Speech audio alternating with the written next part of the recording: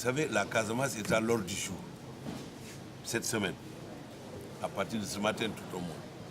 Le chef de l'État arrive ici demain, en personne. Le président de la République, précédé sans doute du Premier ministre et des membres du gouvernement. Ils vont être accueillis par les populations de Ziguinchor. Et déjà, le ministre Benoît Sambou est venu précéder l'arrivée de ses collègues.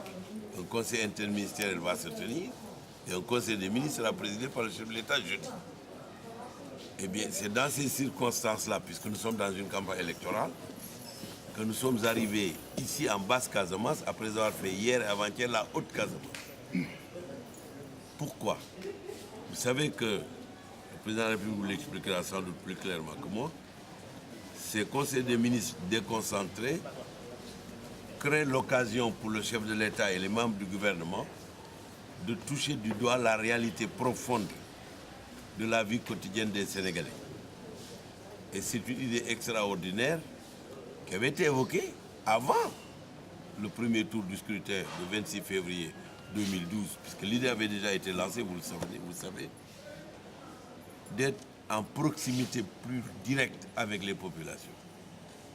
Et des programmes économiques d'investissement massifs, planifiés selon les possibilités projetées dans l'avenir, sortent toujours de ces conseils des ministres déconcentrés, comme cela a été le cas à Saint-Louis, pour la région du Nord, de Saint-Louis, et pour Kaolack, la région de Kaolack. Je suis sûr que sortira de ce conseil des ministres et du conseil interministériel qui l'aura précédé un programme cohérent qui va permettre de venir apporter un soutien plus direct, plus actif, plus pesant et mieux rationalisé aux questions de développement en Casamance. La Casamance, c'est quoi? C'est la paix, c'est le désenclavement, c'est la reconstruction qui se termine par la mystique et les programmes de développement intégrés en zone financée, soutenue, supportée. Donc, la Casamance, c'est la paix à laquelle nous aspirons tous. C'est le désenclavement, compte tenu de la situation des infrastructures. Regardez la ville de Ziguinchor, cette belle ville jardin. C'est ce que Robert Sagné et son équipe avaient réalisé, qui se trouve encore là. Il n'y a rien eu de nouveau.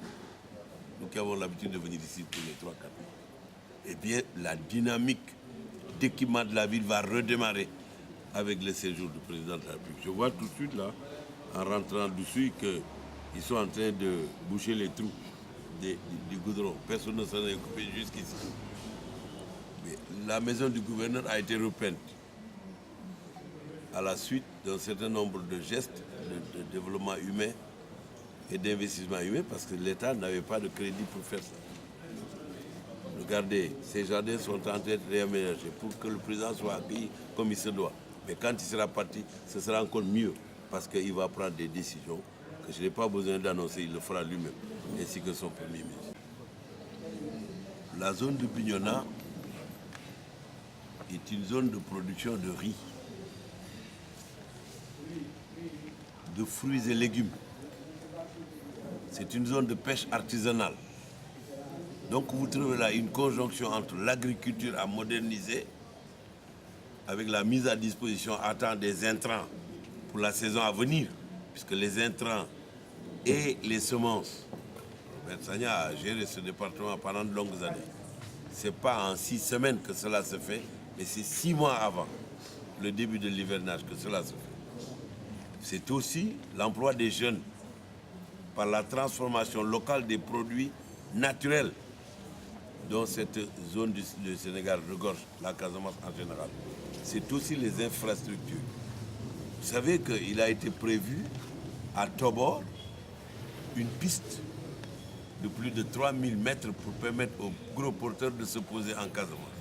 C'est la fameuse piste d'atterrissage de Tobor qui est restée en projet. Il y avait une piste militaire de 800 mètres.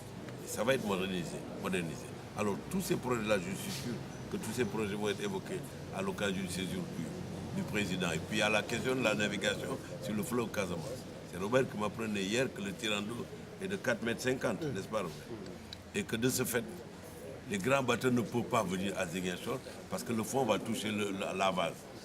Donc il y a un problème de dragage et de dégagement du chenal pour approfondir le tirant d'eau. Toutes ces questions-là, j'en suis sûr, on nous les a exposées pendant notre séjour en Casamance. Et Bignona est une partie prenante importante de ces enjeux pour le développement de la région.